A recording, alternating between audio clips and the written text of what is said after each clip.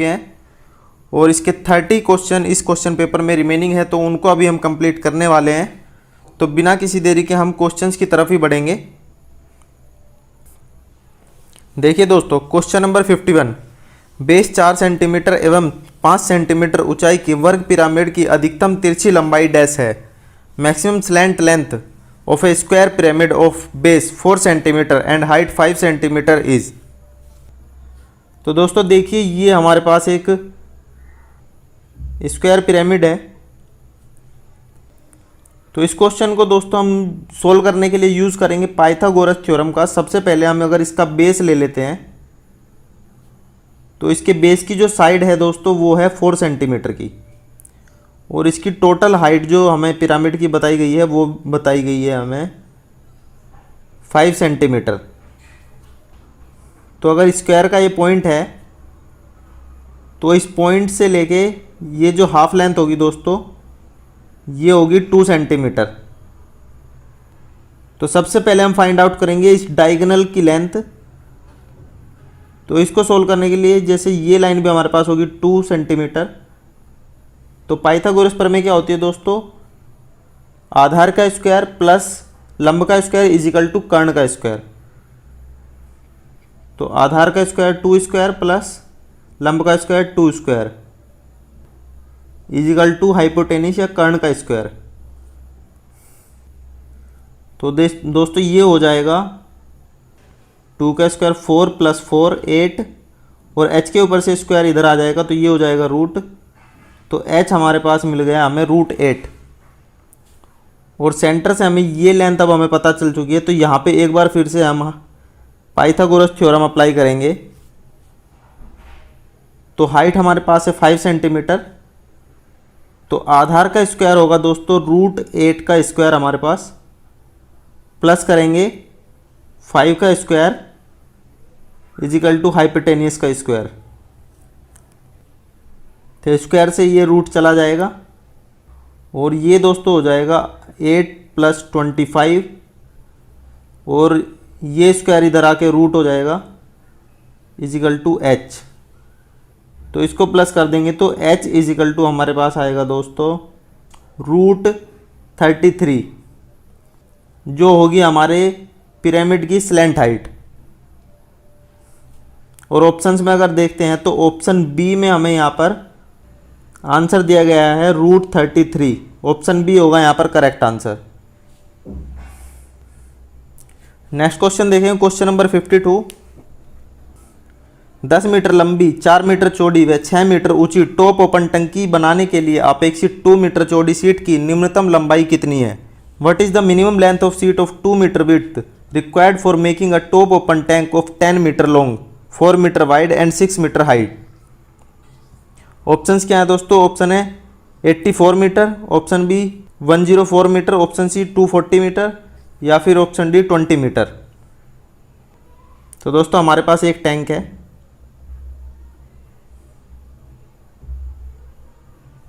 जिसकी हाइट है यहाँ पर 6 मीटर, विड्थ है 4 मीटर और लेंथ है 10 मीटर, जो कि टॉप से ओपन है। तो दोस्तों 2 मीटर चौड़ी कितनी लंबी सीट इस टैंक को बनाने में लगेगी ये हमें कैलकुलेट करना है। तो इसके लिए हम क्या करेंगे, हम सभी साइड्स का एरिया कैलकुलेट करेंगे और उसको डिवाइड कर देंगे 2 से। तो सबसे पहले 10 × 6 करते हैं। 10 × 6 इज इक्वल टू 60। तो ये दो साइड में हमारा एरिया होगा तो 60 + 60 हो जाएगा, ये हो जाएगा हमारे पास 120। दूसरी साइड का करेंगे 6 × 4, ये हो जाएगा 24 + 24 48। और दोस्तों बॉटम साइड का अगर करेंगे तो ये एक ही साइड का हमें लेना है क्योंकि टॉप से ये ओपन है।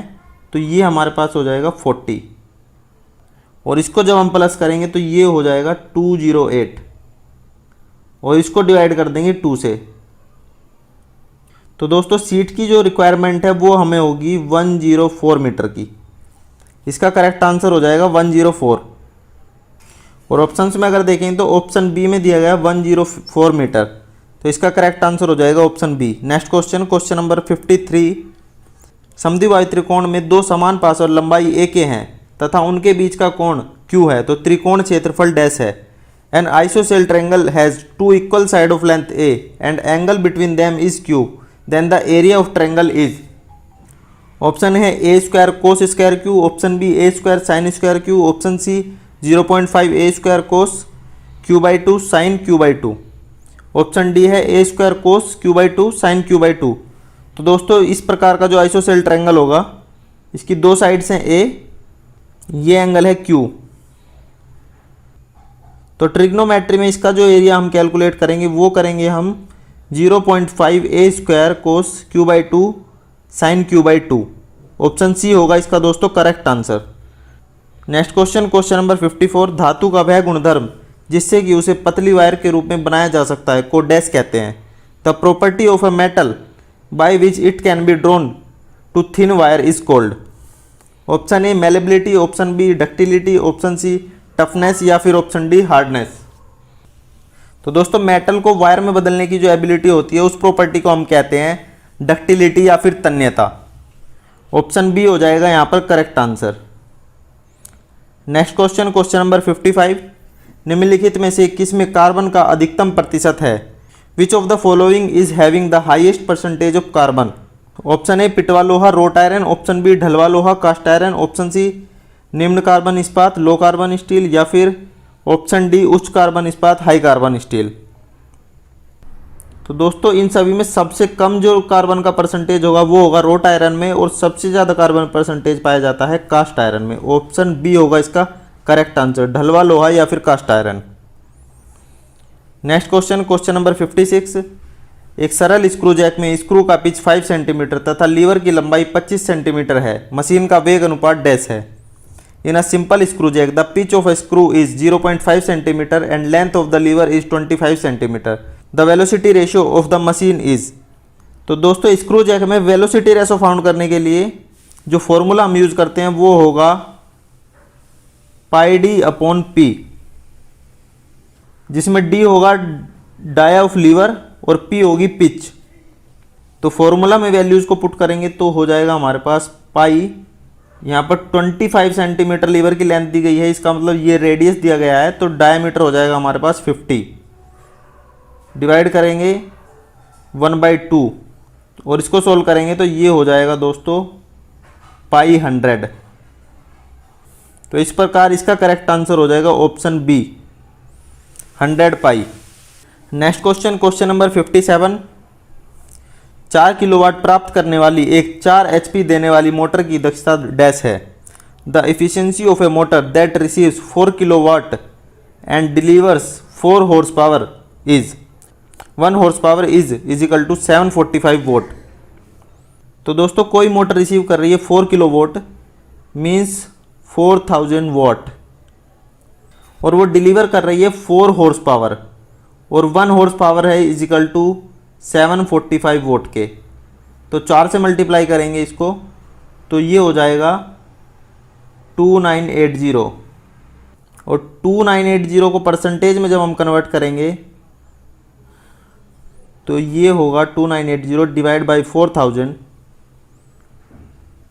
Multiply by 100। तो इसको सोल्व करने के बाद जो हमारे पास वैल्यू आएगी दोस्तों वो आएगी 74.5। दोस्तों मोटर की जो इफ़िशियंसी होगी वो होगी 74.5%। इस प्रकार इसका करेक्ट आंसर हो जाएगा option D 74.5%। Next question, question number 58। 8 centimetre के पासर वाले एक समबाहु त्रिकोण का क्षेत्रफल डैश है। Area of an equilateral triangle with one side 8 centimetre is.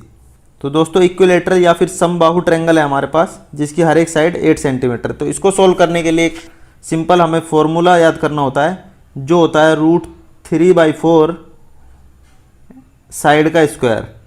तो साइड है हमारी यहाँ पर 8 सेंटीमीटर और इसको अगर हम सोल्व करेंगे तो ये 8 × 8 हो जाएगा, 4 से ये 2 बार जाएगा तो ये हो जाएगा √3 × 16 और यही होगा इसका correct answer.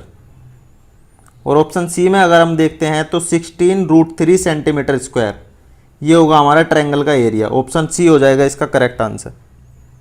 Next question, question number 59। एक लोलक का उसके उच्च स्थान से निम्न स्थान में डालने पर उसकी गतिज ऊर्जा एवं स्थितिज ऊर्जा में क्या होगा? As a pendulum swings from highest to lowest position, what happens to its kinetic and potential energy? Option A, स्थितिज ऊर्जा एवं गतिज ऊर्जा घटेगी, both potential energy and kinetic energy decreases. Option B, स्थितिज ऊर्जा बढ़ेगी और गतिज ऊर्जा घटेगी, potential energy increases and kinetic energy decreases. Option C, स्थितिज ऊर्जा घटेगी एवं गतिज ऊर्जा बढ़ेगी, potential energy decreases and kinetic energy increases. Option d है, स्थितिज ऊर्जा एवं गतिज ऊर्जा दोनों बढ़ेंगी, both potential and kinetic energy increases. तो दोस्तों ये कोई पेंडुलम है और ये हाईएस्ट से लोएस्ट की तरफ आता है, तो इसकी एनर्जीज में क्या चेंजेस होंगे? दोस्तों ऊपर से नीचे की तरफ जब ये आएगा तो गतिज ऊर्जा इसकी बढ़ेगी और स्थितिज ऊर्जा जो है वो इसकी घटेगी। तो ऑप्शंस में अगर हम देखेंगे तो ऑप्शंस में ऑप्शन सी, स्थितिज ऊर्जा घटेगी एवं गतिज ऊर्जा बढ़ेगी, potential energy decreases and kinetic energy increases, ये हो जाएगा इसका correct answer, option C. Question number 60। 1,60,000 mm³ प्रस्तर का द्रव्यमान 0.4 किलोग्राम है, पदार्थ का घनत्व डैश है। Mass of 1,60,000 mm³ stone is 0.4 kg, density of the material is. Option ए 0.0025 ग्राम पर सीसी, ऑप्शन बी 2.5 ग्राम पर सीसी, ऑप्शन सी 0.025 ग्राम पर सीसी या फिर ऑप्शन डी 0.25 ग्राम पर सीसी। तो अगर हम ऑप्शंस को देखें तो ग्राम पर सीसी हर एक क्वेश्चन में दिया गया है, तो हमें यूनिट्स को mm और kg को ग्राम एंड क्यूबिक सेंटीमीटर में हमको कन्वर्ट करना पड़ेगा। तो डेंसिटी का जो दोस्तों फॉर्मूला होता है वो होता है density is equal to mass upon volume. तो मास हमें दिया गया है 0.4 kg और जब हम इसको ग्राम में कन्वर्ट करेंगे तो ये हो जाएगा दोस्तों 400, और इसको डिवाइड करेंगे वॉल्यूम से जो कि दिया गया 1,60,000 mm³, और इसको जब सेंटीमीटर में कन्वर्ट करेंगे तो 3 जीरोज इसकी कम हो जाएंगी, ये हो जाएगा 160, और इसको सोल्व करने पर हमारे पास जो आंसर आ जाएगा वो होगा 2.5, और इस प्रकार इसका करेक्ट आंसर हो जाएगा ऑप्शन बी 2.5 ग्राम पर सीसी। नेक्स्ट क्वेश्चन देखेंगे, क्वेश्चन नंबर 61। 20 डिग्री सेंटीग्रेड में धातु छड़ की लंबाई 100 सेंटीमीटर तथा 100 डिग्री सेंटीग्रेड में 104 सेंटीमीटर है। पदार्थ के अनुदैर्ध्य प्रसार का गुणांक डैश है। The length of a metal rod is 100 centimetre at 20 degree centigrade and 104 centimetre at 100 degree centigrade. The coefficient of linear expansion of material is. तो दोस्तों इस क्वेश्चन को करने के लिए हमें कोफिशिएंट ऑफ लीनियर एक्सपेंशन का फॉर्मूला हमें याद होना चाहिए, जो कि कुछ इस प्रकार है, डेल्टा एल यानी change in length is equal to alpha L1 delta T. इसका मतलब क्या है दोस्तों, अल्फा है हमारा coefficient of linear expansion, L1 है हमारी लेंथ जो स्टार्टिंग में है, और डेल्टा टी है चेंज इन टेम्परेचर। तो इस फॉर्मूला में हम वैल्यूज़ को पुट करेंगे तो चेंज इन लेंथ हमारा क्या हुआ दोस्तों, 100 से 104 सेंटीमीटर हो गया, तो चेंज इन लेंथ है हमारा 4 is equal to coefficient of linear expansion हमें फाइंड आउट करना है। लेंथ 1 है हमारे पास 100, और चेंज इन टेम्परेचर जो दोस्तों हुआ है वो हुआ है 20 डिग्री से 100 डिग्री मीन्स 80। तो दोस्तों 100 एंड 80 ये मल्टीप्लाई होके जाएगा 4 के डिवाइड में। तो इसको सोल्व करने के बाद जो अल्फ़ा की वैल्यू दोस्तों हमारे पास आ जाएगी वो हो जाएगी हमारे पास 0.0005। तो दोस्तों पॉइंट के बाद 30 एंड 5 पर डिग्री सेंटीग्रेड होगा हमारा कोफिशिएंट ऑफ लीनियर एक्सपेंशन। और अगर ऑप्शंस में हम देखेंगे तो यहाँ पर ऑप्शन बी में 0.0005 पर डिग्री सेंटीग्रेड दिया गया है, तो ऑप्शन बी हो जाएगा इसका correct answer. Next question, question number 62। एक आरेखण में 1 किलोमीटर की त्रिज्या वृत्तीय क्षेत्र को दर्शाने हेतु 100 मिलीमीटर व्यास के एक वृत्त को आरेखित किया गया है। आरेखण का स्केल डैश है। In a drawing a circle of dia 100 mm is drawn to represent a circular field of radius 1 kilometre, the scale of the drawing is. तो यहाँ पे दोस्तों ध्यान देने वाली बात क्या है कि यहाँ पे डाया 100 है और जो 1 किलोमीटर दिखाया गया वो बताया गया हमें रेडियस। तो यहाँ पे हमारा जो रेडियस दोस्तों हो जाएगा ये हो जाएगा हमारा 50, और किलोमीटर को अगर हम mm में कन्वर्ट करते हैं तो इसमें दोस्तों हमें ऐड करनी पड़ेंगी 6 जीरो। तो एक जीरो से एक जीरो चली जाएगी और ये इसका रेशियो हो जाएगा 1:4 टाइम्स 0, तो 1:20,000 इसका करेक्ट आंसर होगा। ऑप्शंस में देखते हैं तो ऑप्शन सी में यहाँ पे ये ऑप्शन दिया गया है, ऑप्शन सी हो जाएगा इसका correct answer. Next question, question number 63, 10 millimetre मध्य ग्रेड के रैखिक आयाम के लिए विवृत सहायता डैश के अंदर है। Open tolerance for a linear dimension of 100 mm medium grade is with in. तो दोस्तों ओपन टॉलरेंस की एक पूरी टेबल होती है जिसमें फाइन, मीडियम और कोर्स ग्रेड के अकॉर्डिंग अलग अलग हम टॉलरेंस की उसमें लिमिट दी गई है। तो दोस्तों 100 mm की डायमेंशन के लिए हम जो मैक्सिमम मीडियम ग्रेड के लिए टॉलरेंसिंग दे सकते हैं वो होगी हमारी ±0.3 मिलीमीटर। ऑप्शन ए हो जाएगा यहाँ पर correct answer. Next question, question number 64, base B व तुंगता एच से युक्त एक समद्विबाहु त्रिभुज का केंद्रक शीर्ष से डैश की दूरी पर स्थित है। The centroid of an isosceles triangle with base B and altitude H is located at a distance of dash from the vertex. देखिए दोस्तों ये एक ट्रायंगल है जिसका बेस बी है और हाइट है एच, और इसका हमें सेंट्रोइड बताना है वर्टेक्स से। ये ऊपर वाला पॉइंट होता है दोस्तों वर्टेक्स। तो वर्टेक्स से केंद्रक या सेंट्रोइड फाइंड आउट करने के लिए जो सिंपल एक फॉर्मूला हम यूज करते हैं 2/3h। ऑप्शन बी होगा यहाँ पर इसका correct answer 2h/3। Next question, question number 65, दिखाए गए चित्र के अनुसार 1 किलोग्राम द्रव्यमान एवं 5 सेंटीमीटर त्रिज्या का एक गोलाकार बॉल 0.5 किलोग्राम एवं 50 सेंटीमीटर की लंबाई से पतले छड़ से आबद्ध है। छड़ के मुक्त छोर से x की दूरी पर स्थित क्षुरधार पर गोलक से युक्त यह छड़ समस्थरीय रूप से संतुलित हो जाएगा। x का मान डैश है। A spherical ball of mass 1 kg and radius 5 centimetre is attached to a thin rod of mass 0.5 kg and length 50 centimetre as shown in figure. This rod with sphere will balance horizontally on a knife edge placed at distance x from the free end of the rod. The value of x is। तो इस question को solve करने के लिए दोस्तों हम क्या करेंगे, इस रोड को हम लेंगे दोस्तों 60 सेंटीमीटर की एक रोड, 50 सेंटीमीटर प्लस जो 5 सेंटीमीटर का रेडियस है वो डायमीटर में हो जाएगा डबल, तो ये हो जाएगा 10, 50 + 10 हो जाएगा 60 सेंटीमीटर। तो ये एक रोड है और इसके रोड के 50 सेंटीमीटर के मिडल में एक फोर्स लग रही है 0.5 की, और दोस्तों इसके एंड में जो बॉल का वेट लगेगा वो भी 10 सेंटीमीटर के मिडल में लगेगा, तो वहाँ पे लग रहा है 1 kg। तो हमारे पास ये जो डिस्टेंस होगा ये होगा 25,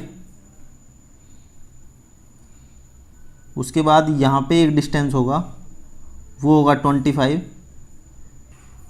फिर जो बचेगा वो होगा 10, और ये हमारा जो रोड है ये बैलेंस है यहाँ पे कहीं पे, तो इसके बीच का जो डिस्टेंस होगा ये होगा दोस्तों d।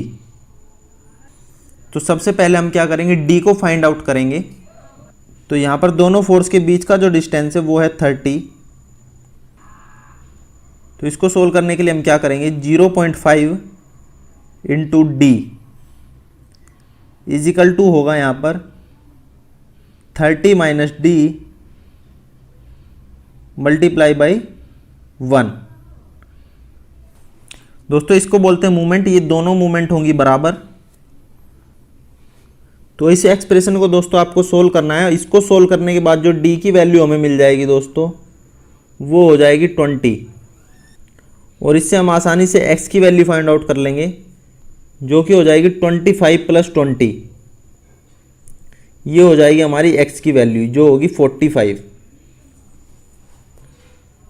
और दोस्तों ऑप्शंस में अगर आप देखेंगे तो 45 दिया है ऑप्शन सी में, 45 सेंटीमीटर, ये हो जाएगी एक्स की value. Next question, question number 66। 52 खेलने वाले कार्ड के एक सेट में से एक कार्ड लेने पर काला कार्ड प्राप्त करने की संभाव्यता डैश है। Probability of getting a black card when a card is drawn from a set of 52 playing card is. Option ए है 1/52, ऑप्शन बी 1/2, ऑप्शन सी 1/13 या फिर ऑप्शन डी 1/26। तो दोस्तों ब्लैक कार्ड कितने होते हैं उसमें, 52 में से 26 जो होते हैं वो ब्लैक होते हैं और 26 होते हैं रेड। तो इसका सिंपली हम आंसर कैसे प्राप्त करेंगे, इसमें 26 को हम डिवाइड कर देंगे टोटल नंबर ऑफ कार्ड से, 26/52। तो इसका करेक्ट आंसर हो जाएगा दोस्तों 1/2, ऑप्शन बी 1/2 होगा इसका correct answer. Next question, question number 67। यदि एक पिंड के वेग को दुगना कर दिया जाता है तो उसकी गतिज ऊर्जा डैश हो जाएगी। If a velocity of a body is doubled it's kinetic energy. Option ए दुगनी हो जाएगी, गेट्स डबल्ड। ऑप्शन बी आधी हो जाएगी, बिकम हाफ। ऑप्शन सी परिवर्तन नहीं होगा, डज नॉट चेंज। या फिर ऑप्शन डी चौगुनी हो जाएगी, बिकम 4 टाइम्स। तो दोस्तों जब भी किसी बॉडी की वेलोसिटी डबल होती है तो उसकी काइनेटिक एनर्जी 4 टाइम्स बढ़ जाती है। तो इस प्रकार इसका करेक्ट आंसर हो जाएगा ऑप्शन डी, चौगुनी हो जाएगी, बिकम्स 4 टाइम, ऑप्शन डी।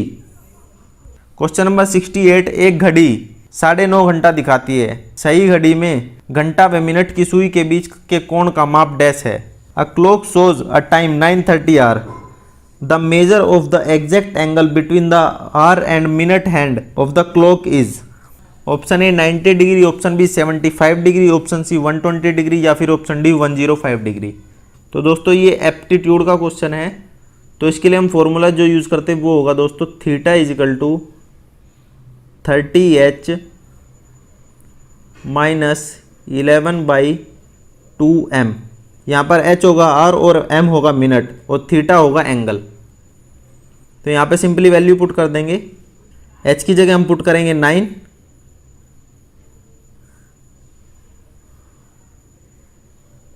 और m की जगह पुट करेंगे 30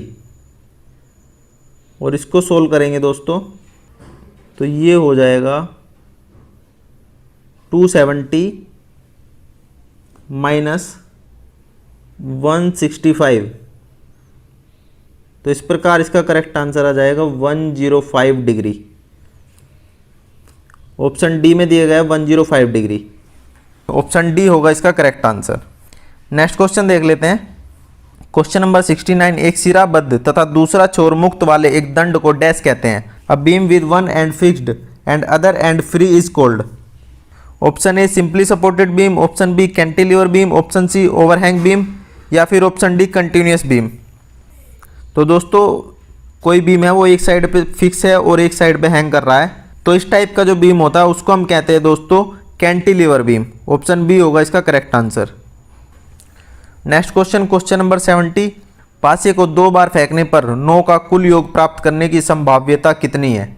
What is the probability of getting a sum 9 from 2 throw of a dice? Option A 1/6, option B 1/8, option C 1/9 या फिर ऑप्शन डी 1/12। तो इस क्वेश्चन को करने के लिए दोस्तों हमें क्या करना होगा कि हमें कॉम्बिनेशन सबसे पहले देखने होंगे कि कितने कॉम्बिनेशन 9 के हमें डाइस के थ्रो से मिल सकते हैं। तो एक कॉम्बिनेशन हमें मिलेगा दोस्तों 5 और 4 का और दूसरा मिलेगा 6 और 3 का। तो ये 2 से हो जाएंगे 4 कॉम्बिनेशन, क्योंकि 5-4 या 4-5 ये हमें एक बार मिल सकता है, या फिर 6-3 या 3-6। तो टोटल हमारे पास जो कॉम्बिनेशन होंगे वो होंगे 4। और दोस्तों डाइस को फेंकने पर जो हमारे टोटल कॉम्बिनेशन बनते हैं वो बनेंगे हमारे 6 × 6 मीन्स 36। तो 4 को डिवाइड करेंगे 36 से, तो ये हो जाएगा दोस्तों 1/9। ऑप्शन सी हो जाएगा यहाँ पर करेक्ट आंसर। नेक्स्ट क्वेश्चन देखते हैं। Question number 71। 20 सेंटीमीटर गुना 10 सेंटीमीटर गुना 10 सेंटीमीटर के आकार के ब्लॉकों की अधिकतम सांख्यिकी कितनी होगी जिसे 1 मीटर क्यूब आयतन में रखा जा सकता है। Maximum number of blocks of size 20 centimetre into 10 centimetre into 10 centimetre that can be contained in 1 metre cube volume. इसमें क्या करेंगे दोस्तों, 20 × 10 × 10, ये हमारे पास हो जाएगा 2000। और इसी प्रकार दोस्तों 1 मीटर क्यूब को जब हम सेंटीमीटर में कन्वर्ट करेंगे तो यहाँ पर 1 के बाद आ जाएंगी 6 जीरो, और जब इसको सोल्व करेंगे 3 जीरो से 3 जीरो चली जाएंगी और ये 2 से कटने के बाद बचेगा 500। तो ऑप्शन डी हो जाएगा इसका करेक्ट आंसर। नेक्स्ट क्वेश्चन देखते हैं, क्वेश्चन नंबर 72। प्रक्षेप कोण को दर्शाने वाले चिन्ह डैश हैं। The symbol of indicating the angle of projection is. Option A 2 views of frustum of a cone lying horizontally. Option B 2 views of frustum of a cone standing vertically. Option C 2 concentric circle and a rectangle. Option D 2 view of cylinder lying horizontally. तो दोस्तों angle of projection दिखाने के लिए हम किस तरह के symbol का यूज़ करते हैं, वो कुछ इस टाइप का होता है, या तो फर्स्ट एंगल होगा या फिर थर्ड एंगल। तो ये दोस्तों होता है फ्रस्टम ऑफ कोन। तो इसका करेक्ट आंसर हो जाएगा option A 2 views of frustum of a cone lying horizontally. Next question, question number 73। 100 millimetre लंबाई का एक PQ लाइन HP में 60 डिग्री नत है तथा VP के समांतर है। प्लान व उन्नयन लंबाई डैश है। A line PQ 100 mm long is inclined 60 degree to horizontal plane and parallel to vertical plane. The plane and elevation length are। Options है 50 and 86.6, option B 50 and 50, option C 100 and 50, option D 50 and 100। तो दोस्तों ये हमारे पास plane है जिसमें ये ऊपर वाला होगा वर्टिकल प्लेन और नीचे होगा ये हॉरिजॉन्टल प्लेन। तो इस पे एक लाइन है जो कि हॉरिजॉन्टल प्लेन से और वर्टिकल प्लेन के पैरेलल है। तो दोस्तों इसका फ्रंट व्यू यानी कि एलिवेशन, इसमें जो इसकी लेंथ दिखाई देगी वो बिल्कुल 100 mm ही होगी।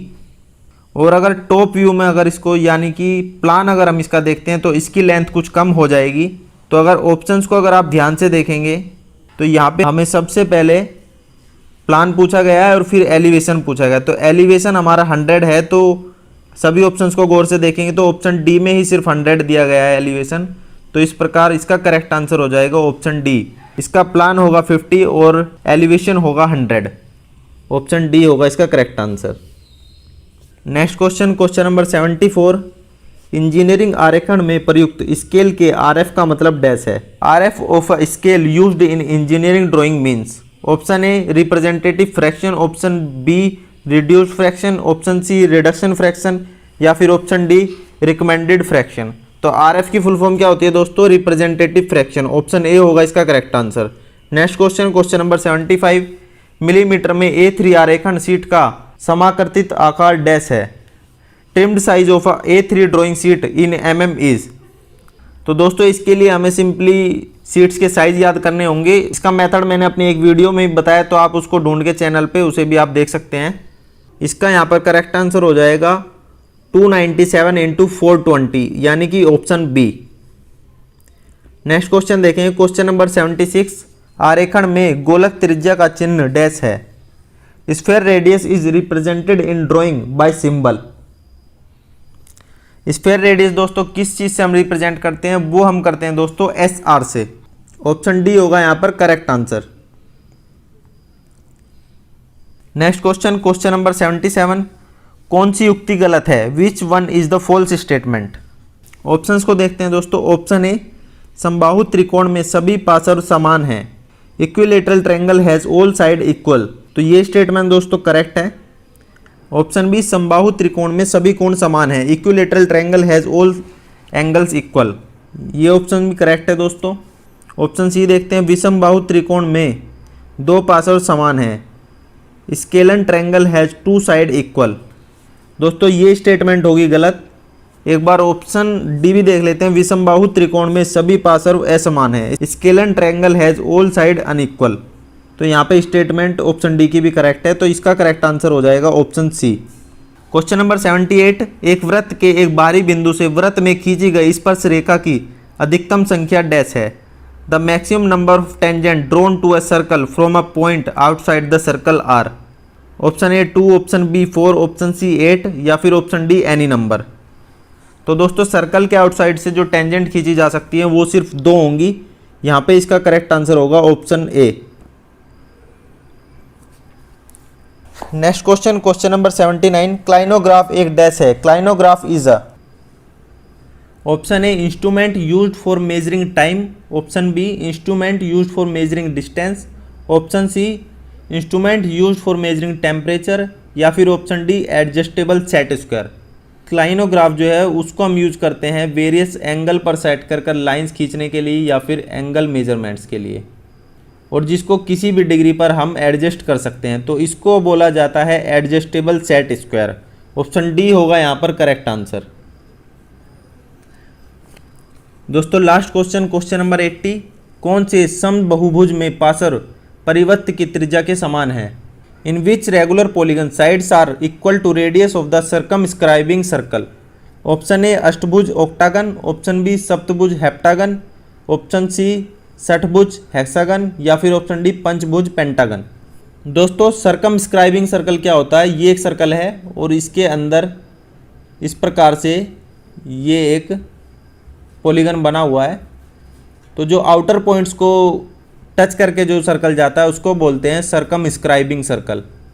तो जो हमारा हेक्सागन होता है या फिर षटभुज, इसकी साइड इक्वल होती है हमारे सर्कमस्क्राइबिंग रेडियस के, तो यहाँ पर इसका करेक्ट आंसर हो जाएगा ऑप्शन सी षटभुज या फिर हेक्सागन। तो दोस्तों इस क्वेश्चन पेपर के सभी क्वेश्चन कंप्लीट हो चुके हैं। आशा करता हूँ आपको ये वीडियो काफ़ी पसंद आई होगी। तो वीडियो आपको पसंद आई हो तो वीडियो को लाइक कर दें, इसे शेयर कर दें अपने दोस्तों के साथ। हमारे चैनल को अभी तक सब्सक्राइब नहीं किया तो चैनल को कर ले सब्सक्राइब, और मैं आपसे मिलता हूँ नेक्स्ट वीडियो में। तब तक के लिए thank you and take care.